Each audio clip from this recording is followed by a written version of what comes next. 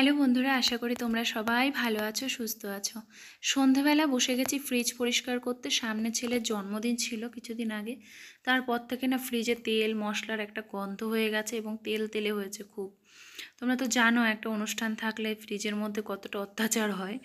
তারপরে আগের দিন রাতে না আমি খাওয়া দাওয়ার পরে তালটা বের করে রেখেছিলাম। তো আজকে ভাবছি ফ্রিজ পরিষ্কার পরে একটু বড়া করা যাক। আজকে জন্মাষ্টমীর আগের দিন, তো আমি এই বড়াটা করে নিচ্ছি। ঠাকুরের জন্য না, এমনি নিজেদের জন্য।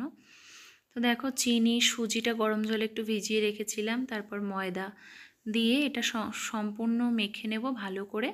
এই যে মাখাটা এরকম হয়েছে। চাইলে তোমরা নারকেলের একটু কোড়া দিতে পারো এর মধ্যে টেস্ট অনুযায়ী। আমি দেব না, কারণ খুবই অম্বল হয়। যাদের গ্যাসের একটু প্রবলেম, ভালোই প্রবলেম, তাদের নারকেলটা অ্যাভয়েড করা উচিত।